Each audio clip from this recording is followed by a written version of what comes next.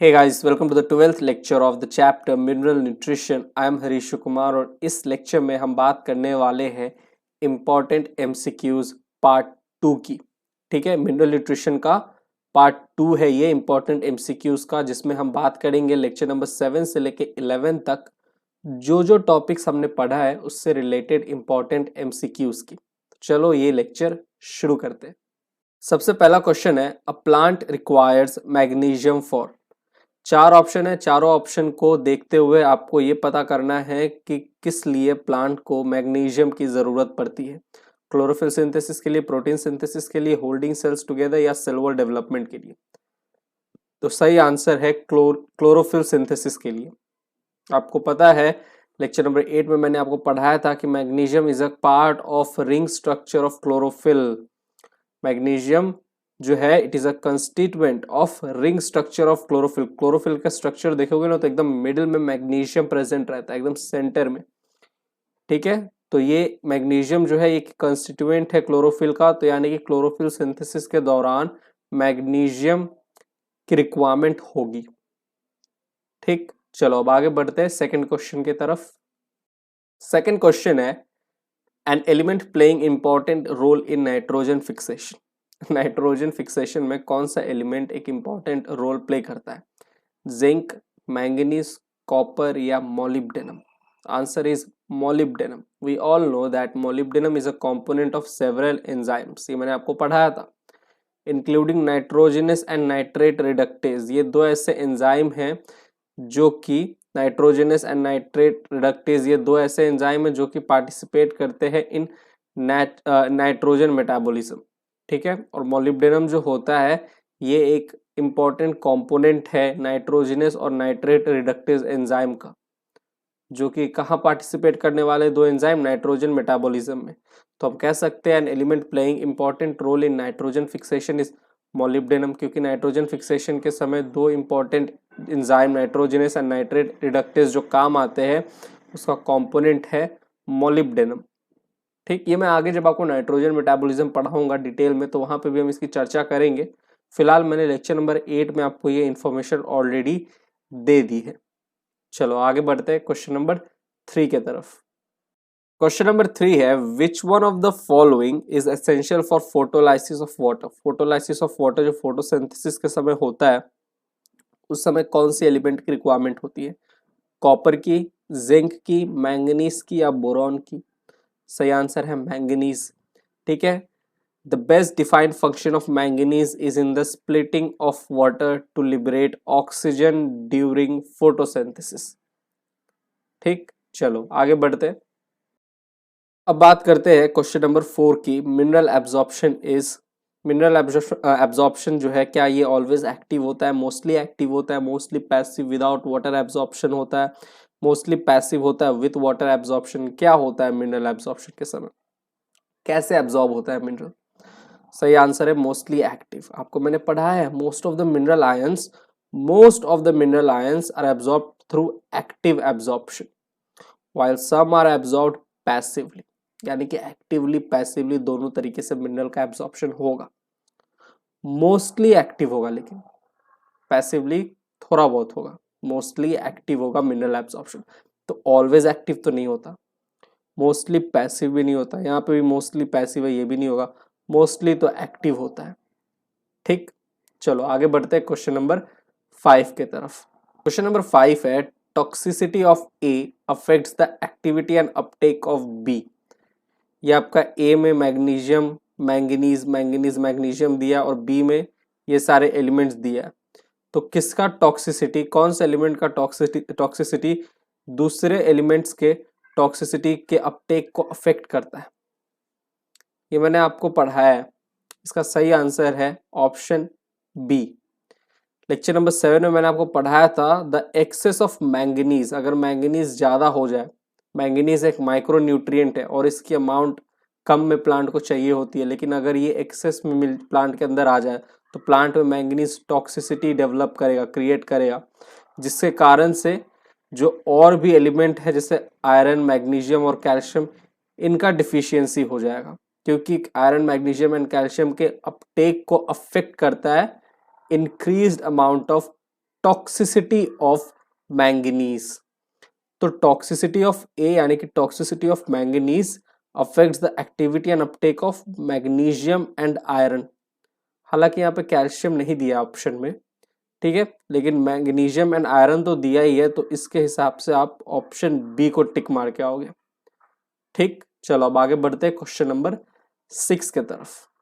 Question number 6 है any mineral ion concentration in tissue that reduces the dry weight of tissue by about 10% is considered as। अगर कोई भी mineral ion का concentration एक tissue में इतना हो जाए कि वो उस टिश्यू के ड्राई वेट को 10% से घटा दे, तो वो कंसेंट्रेशन को आप क्या कहोगे?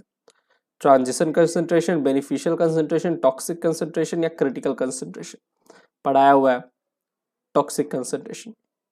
लेक्चर नंबर 7 में पढ़ाया था टॉक्सिसिटी ऑफ माइक्रोन्यूट्रिएंट्स के टाइम में कि एनी मिनरल आयन या micronutrient concentration in plant that reduces the dry weight of the plant by about 10% is considered as toxic and this effect is called toxicity। ठीक, चलो आगे बढ़ते हैं question number 7 की तरफ। सो क्वेश्चन नंबर 7 है which is essential for the growth of root tip. Tip की बात हो रही है, कौन सा एलिमेंट एसेंशियल होगा रूट टिप के ग्रोथ के लिए? आयरन, जिंक, मैग्नीज या कैल्शियम? सही आंसर है कैल्शियम।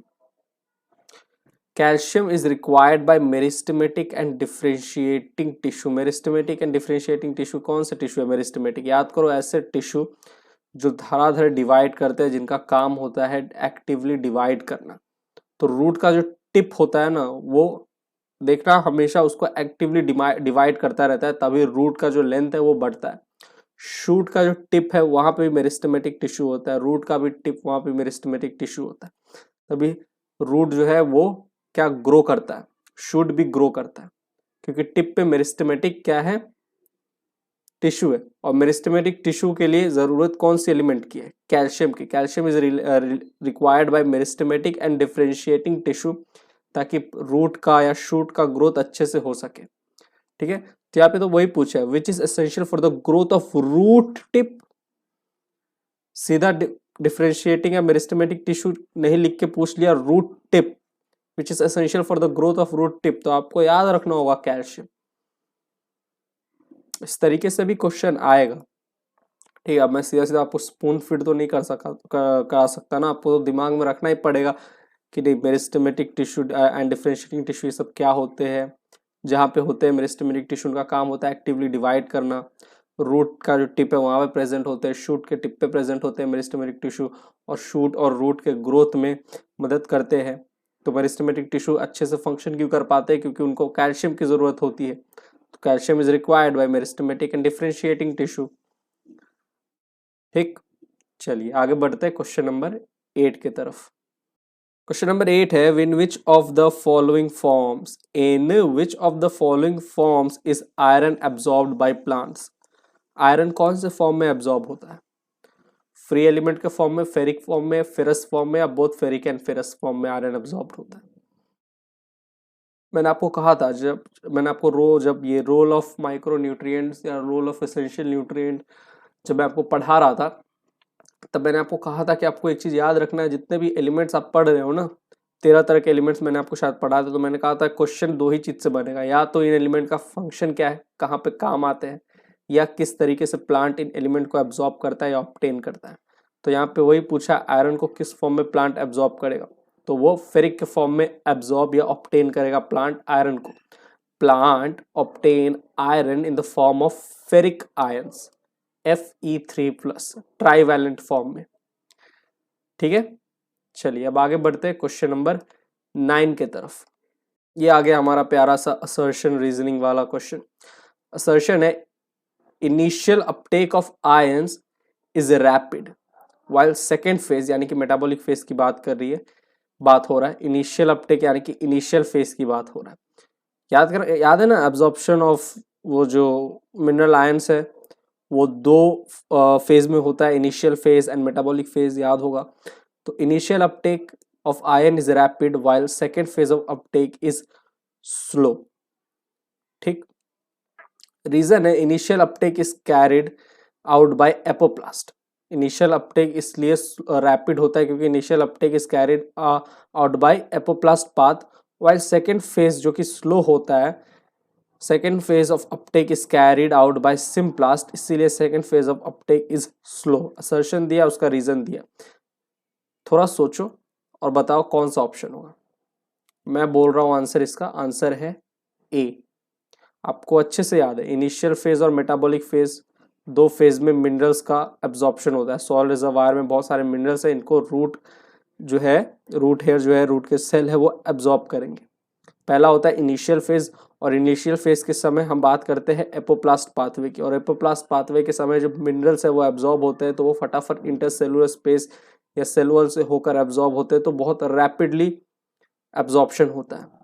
लेकिन मेटाबॉलिक फेज की जब हम बात करते हैं तो हम बात करते हैं सिम्प्लास्ट के, और सिम्प्लास्ट के दौरान जो मिनरल्स है इनको जो एब्जॉर्ब होता है, एब्जॉर्ब जब किया जाता है तो याद करो सेल मेम्ब्रेन क्रॉस करना पड़ता है, साइटोप्लाज्म प्लाज्मोडेस्माटा से होकर गुजरना पड़ता है, तो थोड़ा स्लो अपटेक होता है मेटाबॉलिक फेज के समय, क्योंकि सिम्प्लास्ट पाथवे फॉलो कर रहा है मिनरल्स जो है वो एब्जॉर्प्शन के समय। ठीक है, आपको पता है ना एपोप्लास्ट पाथवे जो है वो रैपिड होता है, जल्दी एब्जॉर्प्शन होता है। वाटर की आप बात करो तो एपोप्लास्ट पाथवे के समय वाटर जो है रैपिडली एब्जॉर्ब होता है, एपोप्लास्ट पाथवे को फॉलो करता है वाटर और जल्दी जल्दी एब्जॉर्ब होता है क्योंकि इंटरसेलुलर स्पेस से होकर निकल जाता है।